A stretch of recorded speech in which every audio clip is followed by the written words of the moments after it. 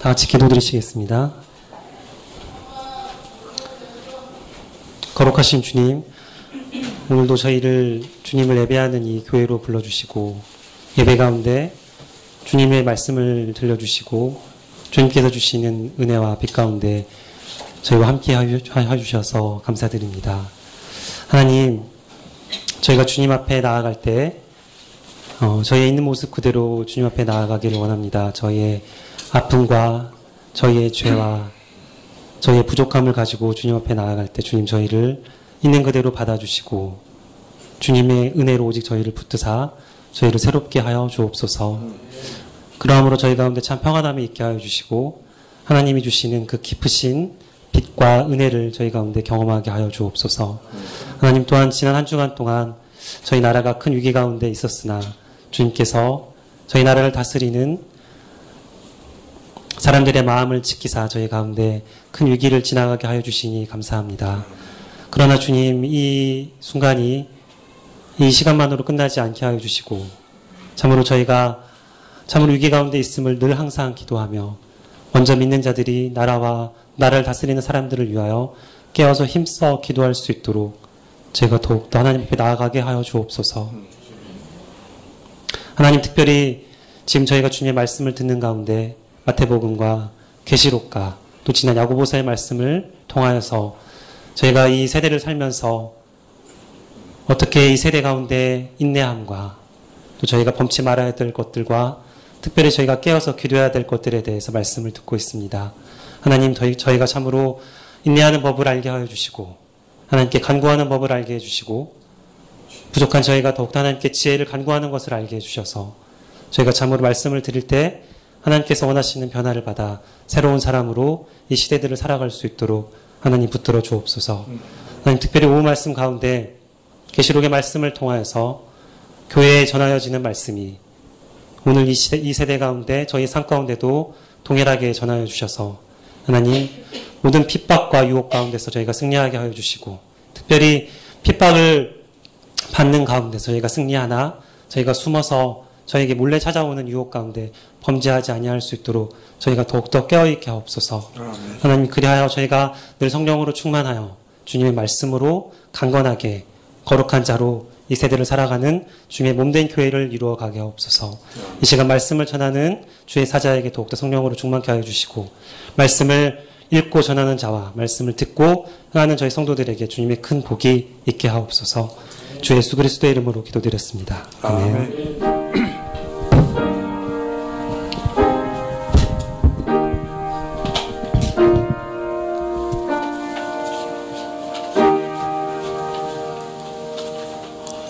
네, 말씀은 계시록 2장 16절에서 17절 말씀입니다. 계시록 2장 16절에서 17절.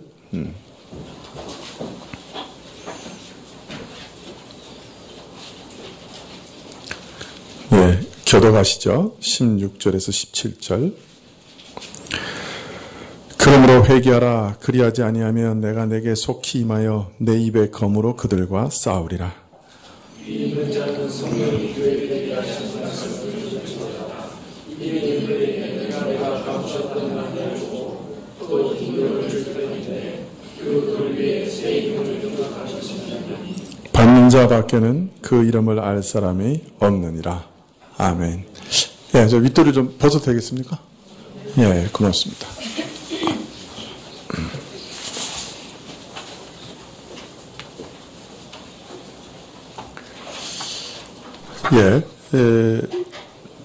사단의 그 폭력적인 위협 앞에서는 조금 더 굴하지 않은 버거너 교회가 이 세상의 유혹에는 일부 무너졌습니다.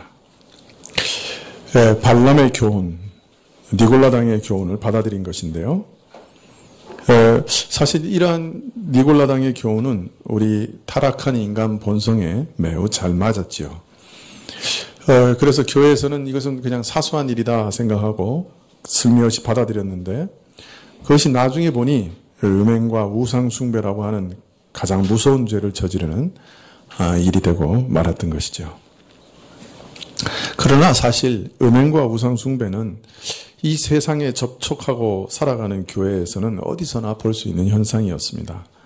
에베소 교회에도 이 니골라당의 교훈이 있었고, 또 우리 바로 다음에 보는 두아디아 교회에서도 참으로 여선지자 이세벨을 통한 음행과 우상 숭배의 얘기가 나옵니다. 세상과 접촉하는 교회는 이처럼 세속화의 위험에 노출되어 있는 것이죠. 버가모 교회는 우리에게 이런 세속화의 위험을 그림처럼 보여주는 교회라고 할 수 있습니다. 또 세상을 닮아가는 것이, 세상을 향하여 교회가 그 문을 여는 것이 얼마나 위험한 일인가 하는 것도 역시 보여주고 있지요. 사소한 일이었습니다. 그냥 사소하게 생각하고 문을 열어줬습니다. 그런데 나중에 보면 세상을 교회 안에 끌어들여서 교회를 완전히 세상으로 만드는 일이 되고 마는 것이죠.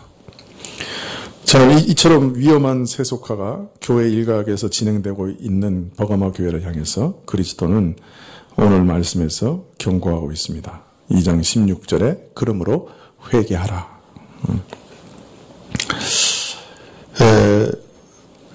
우리는 회개하라는 말을 수도 없이 많이 듣습니다. 그러나 이 회개하라는 말을 가만히 생각해 보면 사실은 이 말 안에 하나님의 간절한 마음이 숨어 있는 것을 알 수 있죠. 여러분, 만일 하나님께서 그냥 그를 죽이실 작정이라고 하면 회개하라고 말하지 않으실 거예요. 그냥 죽거나 망하거나 그냥 내 알 바 아니고 나는 그저 내 뜻대로 법을 따라서 엄중하게 책임을 물으면 된다. 이렇게 생각했다면 우리 보고 회개하라 이렇게 말하지 않을 것입니다.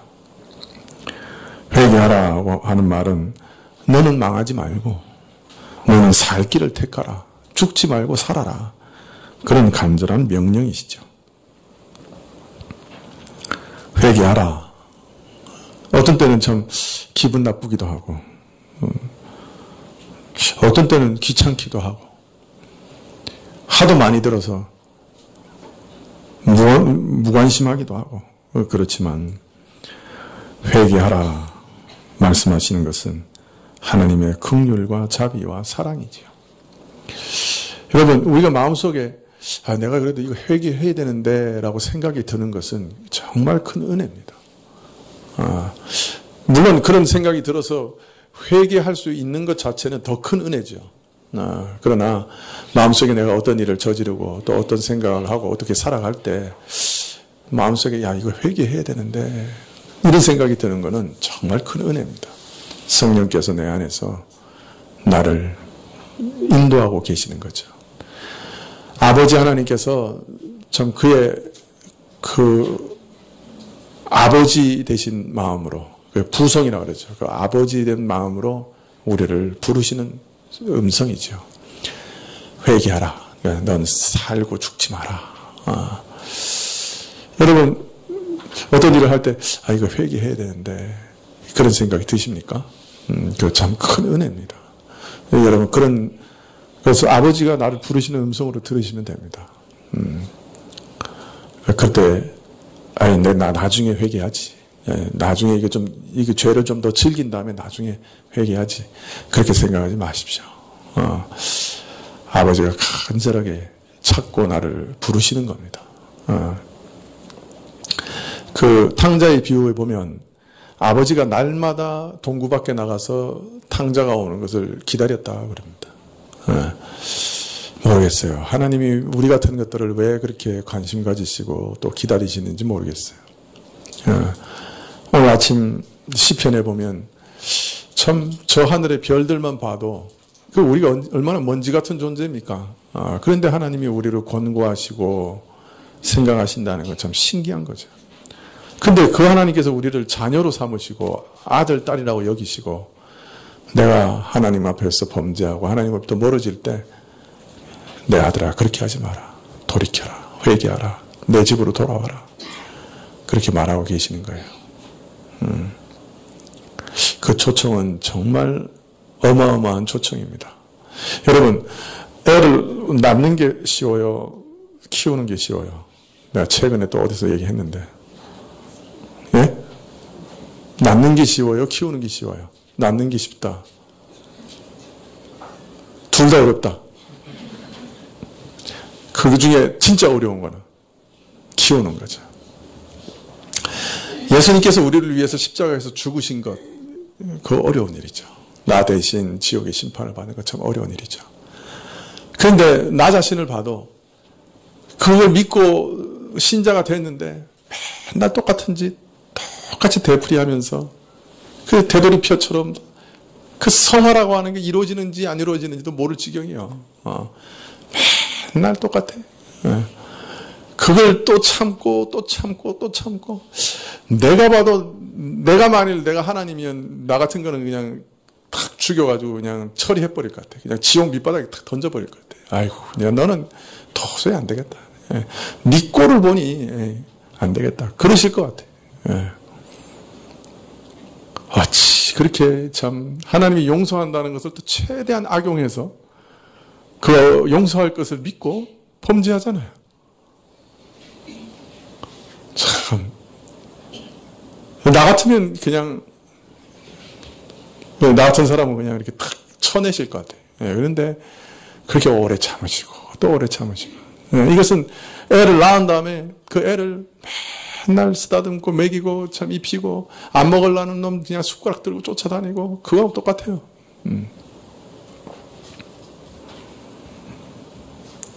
그런 사랑으로 오늘도 우리를 사랑하셔서 참 회개하라 그러시니까 우리 마음속에 나 이거는 회개해야 되는데 그런 생각이 드는 것은 정말 은혜인 것이죠. 그러나 회개하라는 명령에는 또 엄중한 경고의 의미도 항상 달려 있습니다. 이 16절에 그러므로 회개하라. 그리하지 아니하면 내가 내게 속히 임하여 내 입의 검으로 그들과 싸우리라. 이 버가모 교회는 그리스도께서 사자에게 명령하시면서 자신을 누구라고 얘기하셨습니까? 좌우의 날선 검을 가진 자라고 알려주셨죠. 버가모 교회는 사단의 위가 있는 곳에 세워진 교회였습니다. 사단의 세력이 가장 강력하게 세력을 떨치고 있었기 때문에 하나님께서는 그 좌우의 날선 검을 가지고 사단의 강력한 세력과 더불어 영적 전쟁을 벌이시겠다고 말씀하고 계셨습니다. 그러나 문제는 이 예리한 검은 세상만 향하는 것이 아니라 어디로 향할 수도 있다는 거예요. 오늘 말씀해 보니까. 예? 어디로도 향할 수 있다는 거예요. 교회로도 향할 수 있다는 거예요. 이게 심각한 문제입니다. 이것은 그리스도를 대적하는 세력이 교회 밖에만 있다는 것이 아니라는 거예요. 예수 그리스도께서 칼을 들어 싸워야 할 대상이 교회 안에도 있다는 거예요. 얼마나 충격적인 얘기입니까? 왜 예수님의 칼날이 교회 안을 향해서도 참으로 뽑혀지고 휘둘려져야 되는, 왜 그런 일이 일어나야 되는 거예요?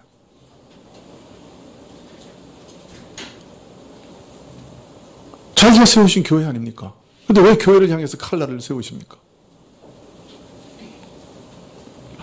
교회 안에 사실은 숨어 들어온 사람들이 있었습니다. 실제로는 세상에 속하였는데 겉으로만 교회에 속한 사람들이 있었습니다. 신자라고 불리지만 위선적인 믿음을 가진 자들이 있었습니다. 신자라고 불리지만 사실은 사단에게 속한 자들이 있었습니다. 그 정체를 숨기고 은밀하게 사단의 도구가 되어서 역사하는 자들이 있었습니다. 이런 사람들은 사실 더 무서워요. 특히 교회에서 악한 교훈을 가르치는 사람들은 가장 무서운 적이죠. 교회 밖에서 교회를 핍박하는 사단의 세력은 적어도 우리가 알 수 있습니다. 저건 적이구나. 그죠? 알 수 있어요.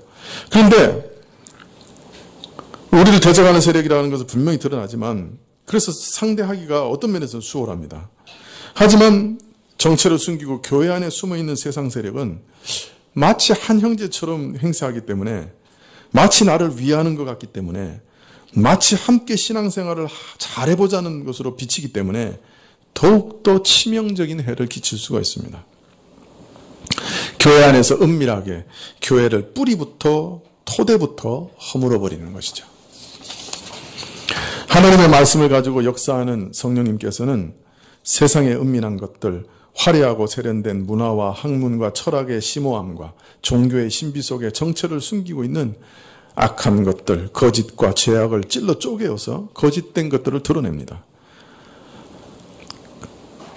그러나 이 일만 하시는 것이 아니라 교회 안에 숨어있는 세상의 세력, 마치 그리스도에게 속한 양, 때로는 신령하게, 때로는 거룩하게, 때로는 사랑에 넘치는 모습을 가장하고 접근하지만 실은 양떼 가운데 숨어든 이리와 같은 자들의 정체도 그의 말씀으로 드러내십니다.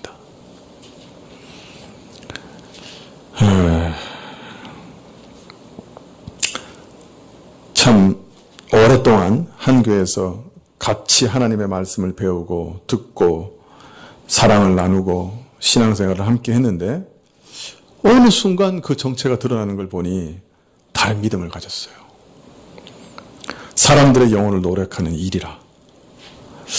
참 이런 일들을 보는 것보다 더 가슴 아픈 것은 없겠죠.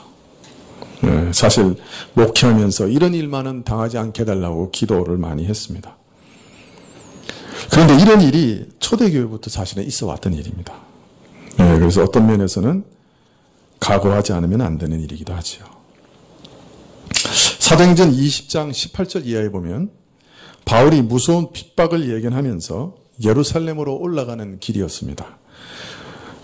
길이 너무 급해서인지 에베소에 올라가지 못하고 밀레도에서 자신이 3년 반이나 가르친 에베소 교회의 장로들을 불러 부탁의 말씀을 하고 있습니다. 그중 20장 28절, 사도행전 20장 28절 이하에 이런 말씀이 나옵니다. 너희는 자기를 위하여 또는 온 양떼를 위하여 삼가라. 성령이 저들 가운데 너희로 감독자를 삼고 하나님이 자기 피로 사신 교회를 치게 하셨느니라. 내가 떠난 후에 흉악한 이리가 너희에게 들어와 그 양떼를 아끼지 아니하며 또한 너희 중에서도 제자들을 끌어 자기를 쫓게 하려고 어그러진 말을 하는 사람들이 일어날 줄 내가 아노니.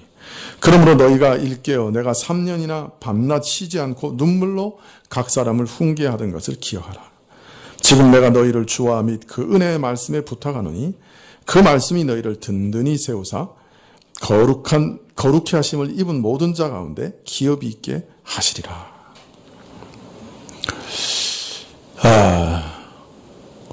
참 제가 목사라고 하는 게 이런 건 줄 알았으면 안 왔을 건데 목사라고 하는 게 이런 건 줄 알았으면 안 왔을 건데 그렇게 생각했던 때가 있었습니다. 바로 이런 때죠.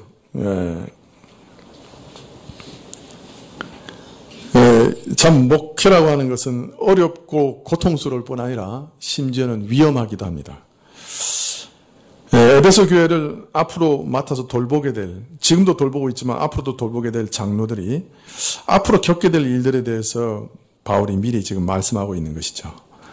내가 떠난 후에 흉악한 이리가 너희 가운데 들어올 것이다. 그래서 양떼를 아끼지 않을 것이다. 너희 중에서도 제자를 끌어 자기를 쫓게 하려고 어그러진 말을 하는 사람들이 일어날 줄을 내가 안다.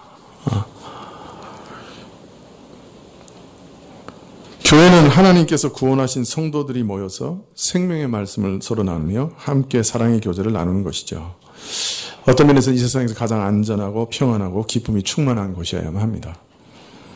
그러나 사실 주님이 계시기 때문에 안전한 것은 사실이지만 그러나 교회가 평안하고 안전한 곳은 결코 아니죠.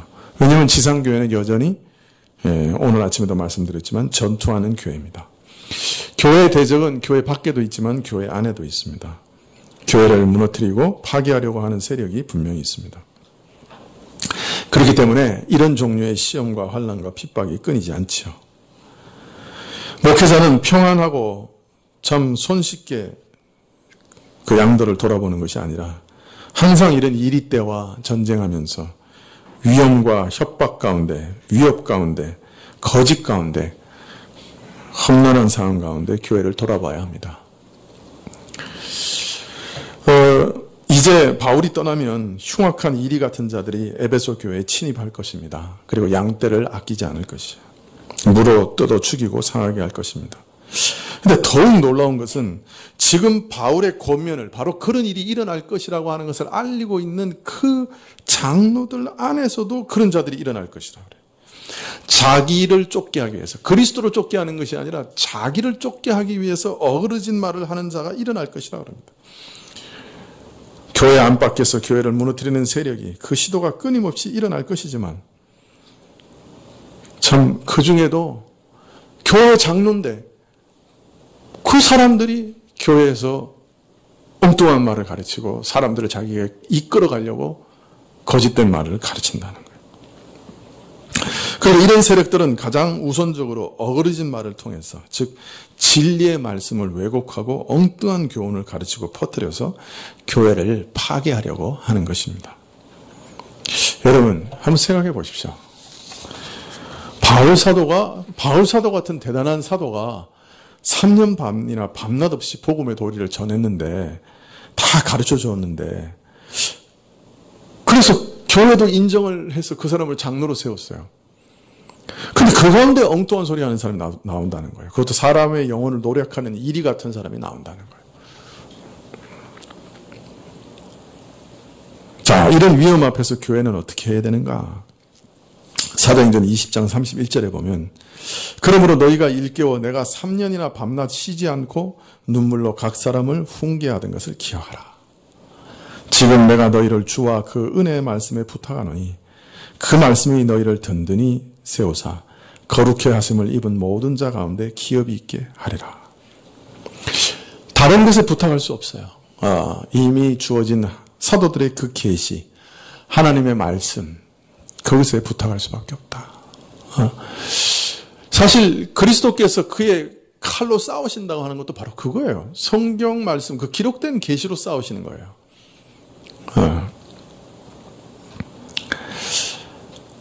참 바울이 하나님과 그 은혜의 말씀에 부탁한다고 그랬습니다. 연약한 인간이나 어떤 목회자에게 부탁하는 것이 아니고, 또 앞으로 교회 닥칠 험악하고 험난한 일들은 저들의 능력과 지혜로, 사람의 능력과 지혜로 교회를 구원할 수 없기 때문에 교회와 목회자와 그 자신마저도 하나님과 그 말씀에 부탁함으로 그 말씀이 모든 것을 분별하고, 그 말씀이 싸워서 이기게 하시고, 그 말씀이 그 이리들의 정체를 드러내시고 교회를 세우신다, 그렇게 말씀하고 있습니다. 그래서 교회는 주의 말씀을 가지고 권징을 합니다. 잘못된 가르침을 전파하는 사람이 나오면 주의 말씀으로 분별합니다. 그리고 말씀을 잘못 가르치는 자에게 그 가르침을 회개하고 사도들의 올바른 가르침으로 돌아오라고 권면합니다. 마태복음 18장 15절에 보면 그 절차가 나와 있죠. 내 형제가 죄를 범하거든 가서 너와 그 사람만 상대하여 권고하라. 만일 들으면 내가 내 형제를 얻을 것이요. 만일 듣지 않거든 한두 사람을 데리고 가서 두세 증인의 입으로 말마다 증참하라. 만일 그들의 말도 듣지 않거든 교회의 말하고 교회의 말도 듣지 않거든 이방인과 세리와 같이 여기라. 한 번, 두 번, 또 교회가 권면해도 계속해서 고집하면 저들을 그때는 책벌해서 출교할 수밖에 없습니다. 교회 밖의 사람으로 여기고 교회 교제에서 끊어내는 거죠. 제가 이전에 있었던 교회에서 어떤 분이 여호와의 증인이라고 하는 이단에 빠졌어요. 목회자들이 가서 여러 번 권면했습니다. 그런데 끝까지 돌아오지 않았습니다. 참 이단이라는 건 무섭더만요. 그래서 어쩔 수 없이 당회에서 사람 모여가지고 권징했습니다. 그래서 출교했죠. 재판해가지고. 그래서 다른 사람이 이런 미혹에 빠지지 않기 위해서 아무개 씨는 여호와의 증인이라고 하는 이단에 빠져서 출교하니 이제부터 이 사람은 우리 교인이 아닙니다. 교제를 그래서 금합니다. 이렇게 교회에서 공적으로 공표를 했습니다. 물론 말씀을 맡은 목회자들은 이런 사람이라도 언제든지 돌아오라고 기회가 있을 때마다 말씀을 전할 수 있겠지요. 그러나 일반 신자들은 저와 교제하다가 참으로 낭패를 당할 수가 있습니다. 그래서 아예 교제 자체를 금해버리는 것이죠. 네. 어떤 분들은 자신만만해서 내가 그 사람하고 계속 교제해서 그 사람을 돌아오게 하리라 뭐 그렇게 생각하는 분들도 있을지 모르지만 그 이단이라고 하는 것은 그냥 이론 자체가 아니거든요. 이론에 더해서 그 악한 영의 세력이 거기서 역사하는 거예요. 그렇기 때문에 그 사람하고 계속 잘못 접촉하면 자기도 모르게 넘어갑니다. 뭐죠? 갑자기 이러면서 요새 아주 유명한 이단 하나 있죠. 신천지. 예. 신천지에 부모가, 엄마가 이제 신천지에 빠진 거예요. 그래가지고 합동신학교 다니는 학생이 이 신천지에 가서 자기 부모 건져내겠다고 들어갔다가 그 신천지로 들어가 버렸어요. 그 이단은 그런 거예요. 그 참 이상해요. 이렇게 뻔히 보면 아닌데, 들어가서 거기서 막 이상하게 이렇게 홀리면 그냥 넘어가요. 그게 이단이에요. 그렇기 때문에 아예 교제를 못하게 끊어버리는 거죠. 신자들이. 합신을, 그래서 내가 그다음부터는 무슨 놈의 학교가 어떻게 가르쳤길래 신천지에도 다 넘어가냐고 내가 욕을 했는데, 그러나 그럴 수도 있는 거예요. 제가 그 신천지 다니는 사람하고 한 6개월 정도 성경 공부를 해봤는데, 하여튼 초대교부터 지금까지 모든 이단의 중요 이론만 뽑아가지고 새로 만들었어요. 그런데 자기들의 새로운 이론은 하나도 없어요. 전부 옛날 초대교부터 지금까지 초대교회 이단부터 해서 최근에 여호와의 증인 베레아 아카데미 그런 이단의 모든 중요한 이론을 잘 모아가지고 이렇게 버무려서 만들었더라고요. 그런데 신기한 거는 자기들 새로운 이론은 딱 하나야. 교주가 하나님이라고 하는 거. 그거 외에는 새로운 이론이 하나도 없어요. 그게 참 신기해요. 그래서 내가 이제 그분하고 이제 공부하면서 그분이 자기 배운 거 얘기하면 내가, 야, 그거는 몇 년도 어느 시대의 이단인데, 그때 이단으로 이렇게 정제된 거다. 얘기. 또 이 사람이 또 무슨 얘기 해주면, 야, 그거는 베레아 아카데미라고 하는 이단에서 나온 얘기인데, 그거 아주 오래된 옛날 얘기다. 이러니까 나중에 이 사람이 어이가 없어가지고. 다행히 하여튼 돌아왔는데, 돌아오면 뭐해? 또 오누리교회 가더라고. 기껏 또 끌어냈더니, 또 오누리교회 가더라고. 참. 그래도 하여튼 이단에서 나왔으니까 다행이죠. 참 이런 일들은 고통스러운 일이에요. 목회에서 참 이런 일만은 안 당했으면 좋겠어요. 근데 왜 이렇게 고통스러운 일을 하나님께서 교회에 허락하시는 걸까요? 여러분 그런 건 생각 안 해보셨어요? 세상에 이단 문제가 없었던 교회가 있었나요? 사실 예수님의 12제자 중에 하나도 배신자였잖아요. 가룟 유다. 거기다 초대교회가 제일 처음에 세웠던 7집사 중에 한 사람 니골라가 초대교회 이단에 뭐라 그래야 돼? 원흉? 시조? 원조? 하여튼 좀 말이 잘 안 나오는데 예수님 제자 중에도 배신자가 있었고 초대교회 첫 번째 집사 중에도 이단의 원조가 있고 오늘 보니까 바울이 3년 반이나 피땀을 흘려서 가르친 이 에베소 교회 장로들 중에도 이단이 일어날 거라 그러잖아. 그죠? 이게 왜 교회에 이단이 생기는 걸까요? 왜 하나님께서 이 이단을 이렇게 교회에다가 어떤 면에서는 허락을 하시는 거예요? 왜 그거 막지 못하실까요? 하나님 능력이 없으신가요? 왜 이단 이런 신천지 이런 걸 막 만드시는 거예요? 또 이단은 또 자주 만들어져요. 또 새롭게, 그죠? 물론 이론은 이제 하도 많이 나와가지고 새로운 이론은 없지만 거의. 그러나 하여튼 이단들은 참 많이 만들어져요. 그럼 왜 이런 일들을 하시는 걸까요?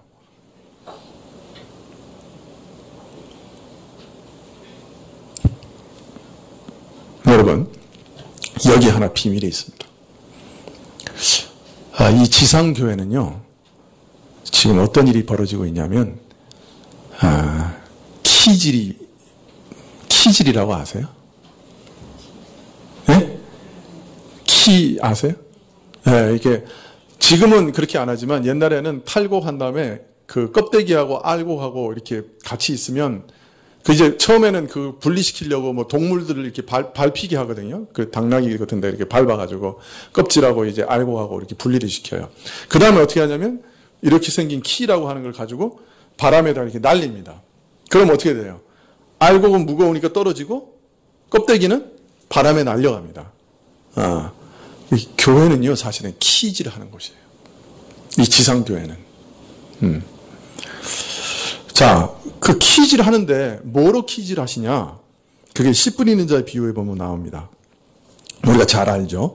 마태복음 13장 20절에 보면 돌밭에 뿌리였다는 것은 말씀을 듣고 즉시 기쁨으로 받되 그 속에 뿌리가 없어 잠시 견디다가 말씀을 인하여 환난이나 핍박이 일어나는 때에는 곧 넘어지는 자요. 가시떨기에 뿌리였다는 것은 말씀을 들으나 세상의 염려와 재리의 유혹에 말씀이 막혀 결실치 못하는 자요. 좋은 땅에 뿌리었다는 것은 말씀을 듣고 깨닫는 자니 결실하여 혹 100배, 혹 60배, 혹 30배가 되느니라. 자, 하나님께서는요, 알곡이 교회에 잘 남고 가라지가 바람에 날려가도록 하시기 위해서 뭘 보내십니까? 첫 번째는 어떤 바람을 보내세요? 폭력, 외부적인 물리적 핍박 이런 걸 보내시는 거예요. 그러면 그 폭력이라는 바람 속에서 가라지들이 날아갑니다. 참 물리적인 핍박을 받으면 우리 믿음의 정체가 잘 드러날 거예요. 그죠?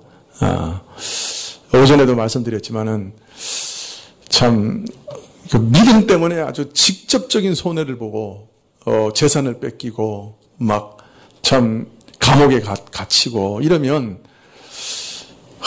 참 만약 동성애를 죄라고 하는 설교하면 벌금 1억에 뭐 징역 10개월이다 이러면은 그거 하기 쉬울까요? 목사가?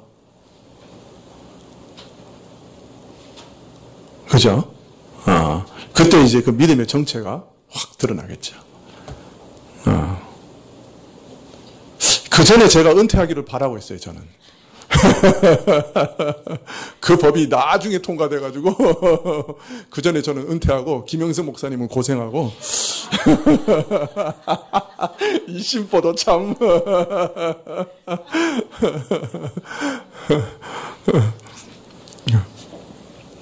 자, 그 다음에 또 어떤 바람이 불어오느냐, 교회에는요, 이 세상의 유혹이라고 하는 바람이 불어옵니다. 이게 불어오게 돼 있어요. 그래서 그 바람에 가라지들이 날아가는 거예요. 세상에 좋은 것, 그거, 야, 내가 이 세상에 이렇게 좋은 것하고, 이 교회하고 내가 비교해서, 이거 너무 이익이, 손해를 많이 보니까 나는 이거 믿음 버리더라도 나는 이 이익 챙겨야 되겠다. 그래서 교회 나가기도 하는 거예요. 이단이라고 하는 바람도 마찬가지입니다. 택한 백성들 사이에 가라지도 함께 있어요. 그런데 이 이단들이 교회를 공격해 오면 멀쩡하던 사람이 그냥 그 이단 얘기를 듣고 나는 저게 맞아. 그러면서 가버리는 거예요. 자연스럽게 알곡과 가라지가 이렇게 분리가 됩니다. 그래서 참 너무 아픈 일이긴 한데 이 지상교회에서 이런 일들이 있는 거예요. 하나님 그거 허락하시는 거예요. 지금 끊임없이 이단이 일어납니다. 아마 앞으로도 변종 무슨 새로운 이단 많이 일어날 거예요. 물론 이단에 빠졌다가 돌아오는 경우도 많이 있죠. 어떤 일은 그러나 이런 일은 하나님 특별한 은혜죠. 초대교회 그 모든 신학을 집대성했던 어거스틴이라는 사람이요. 처음에 그 마니교라고 하는 아주 무서운 이단에 9년이나 있었어요. 그 9년이나 이단의 심취해서 살다가 하나님의 은혜로 나왔던 거예요. 그렇죠. 기적이죠. 근데 많은 경우는 이단에 빠져들어가서 돌아오질 않아요. 그래서 지상교회에서는 이런 환난과 핍박, 세상의 유혹, 이단, 바로 이런 것들로 인해 택한 백성과 아닌 사람들이 이렇게 갈라지는 거예요. 이게 시금석이 됩니다.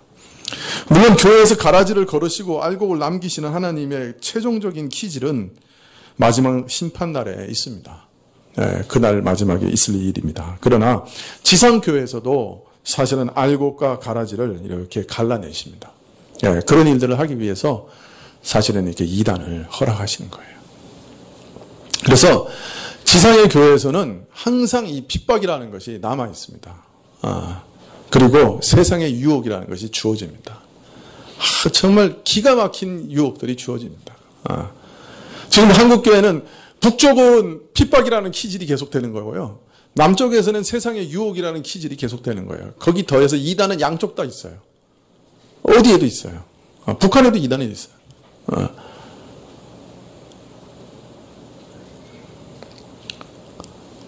중국에 가보니까 중국은 이단이 더 많아요. 하나님을 어머니라 부르는 이단도 있고 별의별 이단이 많더만요. 참.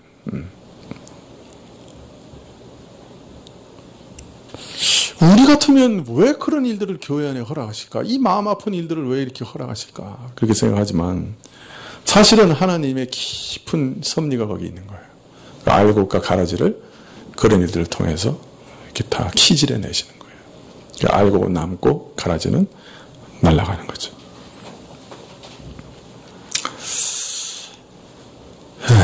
17절에 귀 있는 자는 성령이 교회들에게 하시는 말씀을 들을지어다. 이기는 그에게 내가 감추었던 만나를 주고 또 흰 돌을 줄 터인데 그 돌 위에 새 이름을 기록한 것이 있으니 받는 자밖에는 그 이름을 알 사람이 없느니라. 이기는 자라는 말은요, 한 번 이기고 마는 것이 아니라 계속해서 이기는 자라는 뜻이 거기 들어있습니다. 원어에 그런 뜻이 들어있습니다. 지속적으로 모든 유혹과 시험을 이기는 자라는 말이죠. 물론 여러분 오해하시면 안 됩니다. 지속적으로 이긴다는 말이 단 한 번의 실수도 없이 완벽하게 이긴다는 말은 아니죠. 그런 사람이 없습니다. 마지막 목표까지 이르면서 끝까지 걸어가는 과정에 넘어졌을지라도 또 회개하고 또 넘어졌을지라도 회개하고 그러한 일들을 반복하지만 끝까지 주님이 용서하시는 것을 믿고 주의 사랑 안에서 마지막 순간까지 남아있는 사람을 말하는 것이죠.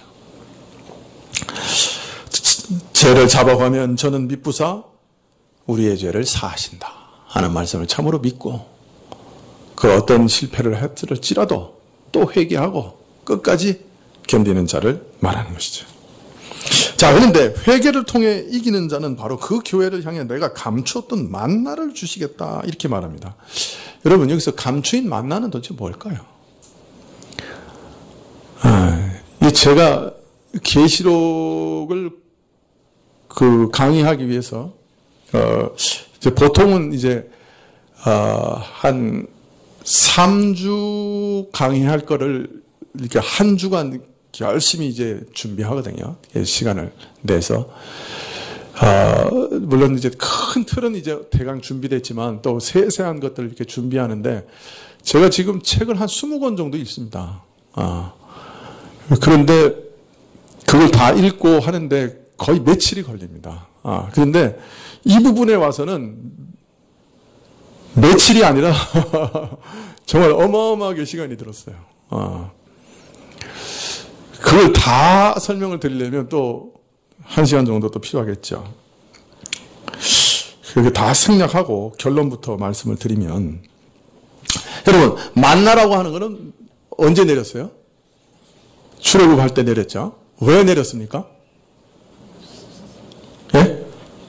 광야에서 먹을 게 없었어요. 그래서 생명을 유지하기 위해서 생명의 양식으로 주어진 것이에요. 그래서 구약시대 때도 만나는 생명을 유지하기 위한 양식이었어요. 생명을 주는 생명 양식이었어요. 자, 그런데 신약에서도 생명 양식이 있어요. 신약에서는 생명 양식이 뭐죠? 신약에서는 생명 말씀이 뭐죠? 생명의 양식이 뭐죠? 말씀이고. 그런데 가장 궁극적인 생명의 양식이 있어요. 요한복음 6장 31절 이하에 보면 이렇게 되어 있습니다. 기록된 바 하늘에서 저희에게 떡을 주어 먹게 하였다 함과 같이 우리 조상들은 광야에서 만나를 먹었나이다. 이제 광야에서 사람들이 예수님께 얘기하는 거예요. 32절에 얘기하십니다. 예수께서 이르시되 내가 진실로 진실로 너희에게 이르노니 하늘에서 내린 떡은 모세가 준 것이 아니라 오직 내 아버지가 하늘에서 내린 참떡을 너희에게 주시나니 하나님의 떡은 하늘에서 내려 세상에서 생명을 주신 것이니라. 예수께서 가라사대 내가 곧 생명의 떡이요 내게 오는 자는 결코 줄이지 아니할 터요 나를 믿는 자는 영원히 목마르지 아니하리라 하셨느니라. 자, 여기 보니까 자신을 생명의 떡이다, 생명의 양식이라고 말하는 분이 계십니다. 누구십니까?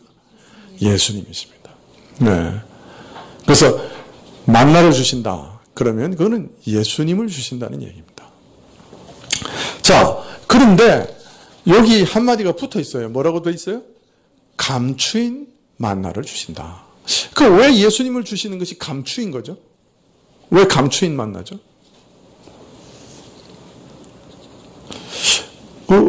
사실 이 신령한 생명 양식은 세상은 알지 못하는 것이에요. 세상에는 감추어져 있었던 것이에요. 세상은 예수님을 알지 못해요. 예수님에 대해서 잔뜩 써붙이고 있어도 예수님이 누군지를 몰라요. 성탄절날 저 절에서도 예수님의 탄생을 축하드립니다라고 써붙이고 플래카드도 붙여놓지만 예수님이 누구신지 몰라요. 감추어져 있어요. 지금도 이 생명의 양식은 세상에 감추어져 있고 세상이 줄 수도 없어요. 세상이 알지도 못해요. 그런 의미에서는 비밀한 생명 양식이에요. 감추어진 양식이에요. 이기는 자들은 계속해서 믿음을 지키면서 세상의 유혹을 이기는 자들에게는 세상에서는 모르는 바른 그 생명, 영적 양식을 계속 주시겠다는 겁니다. 그리스도와 생명의 양식, 그리스도가 주시는 그 생명을 계속해서 풍성히 누리도록 하시겠다는 겁니다.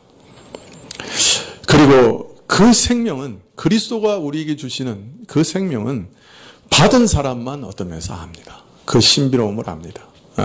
그런 의미에서 이것은 감추인 만나죠. 또 흰 돌을 줄 터이니 그 돌 위에 새 이름을 기록한 것이 있나니 받는 자밖에는 그 이름을 알 사람이 없다. 여기서 제일 문제는 흰 돌이 뭐냐 하는 거예요. 지금까지 교회 내에서 나타난 중요한 이론만 해도 9가지입니다. 이제 그걸 다 말씀드리긴 참 어렵고, 거기서 이제 투표하자 그러면 제일 다수가 나오는 이론이 2개입니다. 제가 아주 조사를 많이 했기 때문에 믿으십시오. 크게 9가지가 있고, 그 중에 만일 주석학자들 보고 투표를 하라 그러면 아마 2개 정도가 이게 유력하게 표를 많이 받을 겁니다. 그 중에 하나는 이겁니다. 당시에 연회장에 들어가는 초대장으로 흰 돌을 사용했다 그럽니다. 그래서 연회에 들어가기 전에는 흰 돌을 내보여야 이 연회에 초대한 사람, 받은 사람이다 하는 걸 알릴 수 있었다는 거죠. 그래서 이 흰 돌은 신앙을 지킨 승리자들에게 주시는 천국 잔치의 초대장이다. 이렇게 해석하는 분들이 있습니다. 많은 분들이 여기 투표해요. 이거다. 이렇게. 또 많은 주석학자들이 주장하는 것은 당시 재판할 때 배심원들이 쭉 재판하는 과정에 얘기를 듣습니다. 그러면서 중간에 이 사람이 옳다 생각하면, 이 사람이 유죄다 생각하면 검정돌을 던지고, 그 얘기를 쭉 듣다가 배심원들이 이 사람 무죄야 생각하면 흰돌을 던졌다 그래요. 네. 그래서 나중에 그 재판이 끝날 때쯤 돼서 돌 개수를 계산해 가지고 무죄가 많으면 무죄, 유죄가 많으면 유죄 이렇게 했다는 거예요. 네. 그래서 사실 그 사도행전 26장 10절에 보면 바울 사도도 그 스데반 죽일 때 가편 투표를 했다고 돼 있잖아요. 그래서 예루살렘에서 이런 일을 행하여 대제사장들에게서 권세를 얻어가지고 많은 성도들을 오게 가두며 또 죽일 때 내가 가편 투표를 하였고 할 때 그 가편 투표를 했다는 말의 원어는 뭐냐면 돌을 던졌다 하는 말입니다. 돌을. 그러니까 검정돌을 던진 거죠. 배심원으로. 그래서 그 원뜻은 돌을 던졌다 그런 말입니다. 그래서 이 흰 돌은 하나님께서 승리자들에게 너는 죄 없어, 너는 의로워라고 주시는 돌이라는 거예요. 그 가편 투표를 해서 투표할 때 그 돌이라는 거예요. 그러나 이런 해석은 한 가지 약점이 있는데 당시 풍습이나 관행을 가지고 이 문제를 해석하는 거죠. 그러나 천국의 은혜의 말씀, 천국의 은혜를 설명하는 말씀을 당시 사회에서 통용되는 어떤 관습으로 설명하는 것은 좀 조심스럽습니다. 그래서 저는 생각하기를 오히려 이 돌은 구약 성경에 나오는 돌일 것이다 이렇게 생각합니다. 여러분 구약 성경에 어디 돌 나오는 데 있습니까? 예? 야곱이 뱀에 그거는 돌은 돌이죠. 그런데 여기서 말하는 거는요, 그 자갈 같은 돌이에요. 그 자갈을 베진 않았을 거고, 이렇게 좀 큰 돌이죠, 이제. 그걸 뭐라고 얘기해야 되죠? 같은 우리말로는 돌은 돌인데. 예. 혹시 자갈 같은 돌. 예? 어디서 돌이 나올까요? 물맷돌. 예, 그것도 가능할지 모르겠네요. 근데 물맷돌에다가 이름을 써서 줬다. 너는 대적을 반드시 이기리라? 잘 모르겠습니다. 혹시 돌에 이름을 새긴 경우가 있었나요? 구약에? 이름을 쓴 경우가 있나요? 예? 보석에다가. 어디? 에봇과 견대. 예. 역시 그래도 우리 굿 시작. 예. 여러분 이스라엘 제사장 대제사장의 옷에 보면 양 어깨 견대라고 해서 호마노라고 하는 큰 보석 위에 6개씩의 그 이스라엘의 지파의 이름을 도장 새기듯이 새깁니다. 그래서 붙입니다. 그 다음에 앞에 흉패를 붙이는데 12개의 보석을 붙이고 거기 12 이스라엘의 이름을 새겨서 붙입니다. 그건 두 가지 의미가 있습니다. 하나는 레위기 28장 12절에 보면 우리말 성경에는 기념이라고 되어 있는데 원래는 기억이란 말입니다. 이스라엘이 하나님의 백성인 것을 기념하는 보석, 즉 기억하게 하시는 보석. 그러니까 늘 하나님 앞에 보여서 그 12지파가 하나님의 백성입니다라고 하는 걸 보이는 거라는 거예요. 이 어깨에도 이렇게 새겨가지고. 근데 동시에 또 어떤 의미가 있냐면 제사장과 함께 이스라엘은 한 몸이 돼서 그리스도가 그 삼중직을 다 가지고 계시잖아요. 그 제사장이시잖아요. 대제사장이잖아요. 그러니까 그리스도께서 하늘에 들어가실 때 바로 그렇게 들어가신다는 거예요. 그 우리 이름을 그의 가슴에 새기시고 어깨에 새기시고 한 몸이 돼서 그 천국에 들어가신다는 거예요. 그러니까 우리는 그리스도와 그렇게 연합되어 있다는 거예요. 그래서 그건 보석이고 그건 돌이잖아요. 보석도 돌이죠. 예. 근데 원래 이게 흰 돌이라는 말이 원래는요, 밝게 비치는 돌이라고 번역할 수도 있습니다. 두 가지 의미가 다 들어 있습니다. 그러니까 흰색이라고 하는 흰색 돌이라는 의미도 되고요. 밝게 비치는 돌이라는 의미도 됩니다. 구약에서도 그거 다 돌로 번역되어 있습니다. 돌이라고 그래요. 그러니까 보석인데 그 돌이에요. 일종의. 그러니까 그렇다면 이 구약에서 하나님께 보이는 돌이요. 그리스도와 온전히 연합됐다는 것을 의미하는 돌을 버가모 교회에 주시겠다는 거죠. 그 말은 뭡니까? 너도 내 백성임을 온전히 확인해 주신다는 거죠. 네. 자, 그런데 이 버가모에게 주시는 이 밝게 빛나는 돌, 흰 돌은 구약에 나오는 그 12가지 보석과는 다른 보석인 것 같아요. 그러니까 이게 새 이스라엘이기 때문에 새로운 보석을 주시는 거죠. 그 12보석에 있는 그 보석이 아니라 구약과는 다른 새로운 보석을 주시는 거죠. 거기 돌 위에 이름을 기록해서 주는 거죠. 근데 새 이름을 기록했는데 그것은 받는 사람만 알 수 있는 그런 이름이라 그렇게 얘기합니다. 자, 이름이라고 하는 것은 뭘 의미합니까?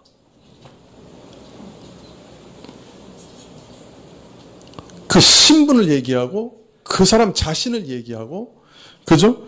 그 사람의 뭐랄까요? 정체성을 얘기합니다.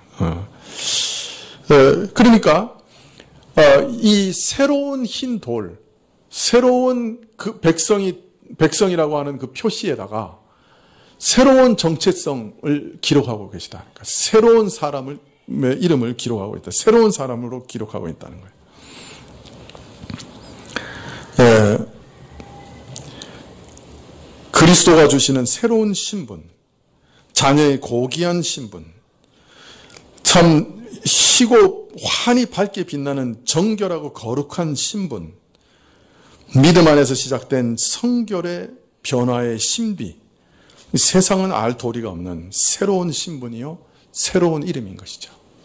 그래서 그러한 은혜를 입은 자만이 알 수 있는 새로운 신분의 이름을, 새 신분의 새 이름을 주신다. 그렇게 말씀하고 있습니다. 모르겠습니다. 구약에도 보면요, 사람이 새롭게 변할 때 새로운 이름을 주셨어요. 아브람을 아브라함이라고 하셨죠. 야곱을 이스라엘이라고 하셨죠. 완전히 새 신분이 됐다고 하는 것을 새로운 이름으로 주셨죠. 저희도 어떤 새로운 신분의 이름을 주실지 모르겠습니다. 베드로는 게바라고 그러셨죠. 반석이라고 하셨죠. 그래서 또 있습니까? 사울을 바울로? 뭐 그럴 수도 있습니다. 그런데 지금 현대 신학의 이론은 사울과 바울은 헬라식 이름과 히브리식 이름이 아닐까 그렇게 생각합니다. 같은 이름이죠. 그러니까 그 당시 사람들이 헬라 이름도 가지고 있고 히브리 이름도 가지고 있고 두 가지를 다 가지고 있거든요. 그래서 변한 게 아니고 원래부터 두 가지가 아니었다. 그렇게 생각하는 거죠. 하여튼 새로운 이름, 그 말은 새 신분을 얘기합니다. 그리고 이 흰 돌은 우리가 바로 그리스도와 연합된 그리스도의 몸이요 그리스도의 백성이다 하는 말이죠. 그래서 그리스도의 백성으로서 새로운 신분을 가진 자로 하나님께서 영원히 기억하시는 그런 은혜를 주시겠다는 거죠. 하늘에서 주어지는 참 생명을 상징하는 만나나 그리스도 안에서 얻은 고귀한 영광된 신분을 의미하는 새 이름이나 다 같이 비밀이라. 세상 사람은 알 수 없고 오직 은혜 받은 사람만이 아는 독특한 것이라. 세상 사람들은 짐작도 할 수 없는 은혜라. 기이한 은혜라. 그리스도의 은혜로 하나님의 자녀가 되는 은혜. 세상이 압니까? 그리스도의 은혜로 성령을 받아 새로운 사람으로 변화되는 그 은혜. 성령께서 날마다 우리 마음을 움직이셔서 옛사람의 더러운 생각들을 내어버리시는 그런 특별한 은혜들. 하나님의 말씀이 들려오고 하나님이 마치 음성으로 내게 들리시는 것처럼 날마다 그 말씀으로 일깨우시는 그 은혜. 내 안에 있는 답답하고 고통스러운 것을 하나님께 간절히 아뢰었을 때 하나님께서 들으시고 응답하시는 그 신비한 은혜. 그걸 세상 사람들이 어떻게 알 거예요? 세상 사람들이 어떻게 알 거예요? 하나님을 어린아이같이 믿으면서 하나님을 내 아버지로 믿고 어린아이가 참 그 아버지를 따르고 의지하는 것처럼 이 거친 세상 살아가면서 하나님을 내 아비로 모시고 날마다 그 손을 붙잡고 아이가 그 아비의 손을 붙잡고 살아가는 것처럼 살아가는 그 동행의 은혜. 그런 것을 세상 사람들이 어떻게 알겠어요?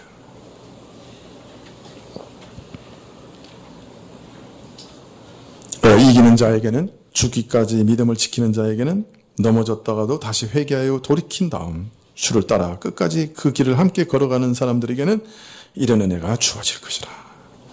그리스도와 함께 걸어가는 그 사람에게 이런 신비한 영적 교통의 은혜가 주어질 것이라. 생명의 은혜가 주어질 것이라.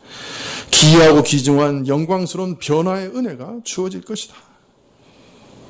신자가 믿음을 지키면서 세상을 살아갈 때 이런 은혜가 주어질 것이다. 그렇게 말씀하고 있습니다. 기도하시겠습니다.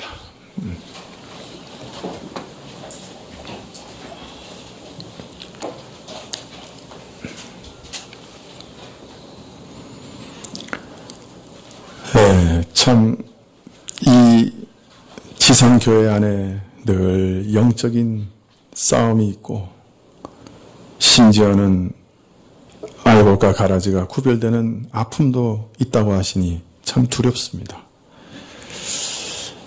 그러나 주의 은혜와 주님이 우리의 아버지 되신 것을 기억하고 우리가 그 어떤 상황에서도 회개만 하면 주께서 우리를 다시 돌이켜주시는 은혜가 있는 것을 기억하면 저희가 오히려 안심하고 이 땅의 나그네 길을 갈 수 있습니다. 주님, 우리를 붙들어 주십시오. 우리 스스로 우리를 알곡으로 만들지 못합니다. 주의 은혜로 주께서 우리를 붙드셨을 때 가능합니다.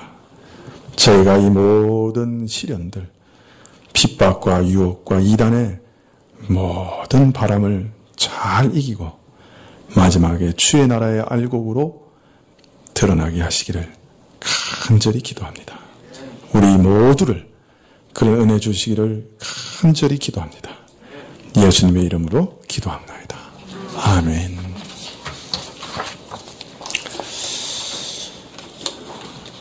예, 우리 이성호 권사님 위해서 좀 더 기도해 주십시오. 지금 아들 병원에 입원해 계시는데 조금씩은 좋아지신다고 하는데요. 더 이렇게 활력을 얻으셔서 교회에 출석하실 수 있도록 위해서 기도해 주십시오.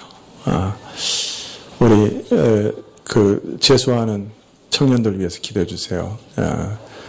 이제 더운 여름이고 얼마 이제 안 남았습니다. 하나님께서 최선을 다할 수 있도록 능력을 주시도록 위해서 기도해 주시면 좋겠습니다. 임신한 우리 다영이 엄마 또 건강을 지켜주시고 또 그 가게도 해결해 주시도록 위해서 기도해 주시면 좋겠습니다. 예, 주님 가르쳐 주신 기도로 예배를 마치겠습니다. 하늘에 계신 우리 아버지시여, 이름이 거룩히 여김을 받으시오며 나라의 마옵시며 뜻이 하늘에서 이룬 것 같이 땅에서도 이루어지이다. 오늘 우리에게 일용할 양식을 주옵시고 우리가 우리에게 죄 지은 자를 사하여 준 것 같이 우리 죄를 사하여 주옵시고 우리를 시험에 들게 하지 마옵시고 다만 악에서 구하옵소서.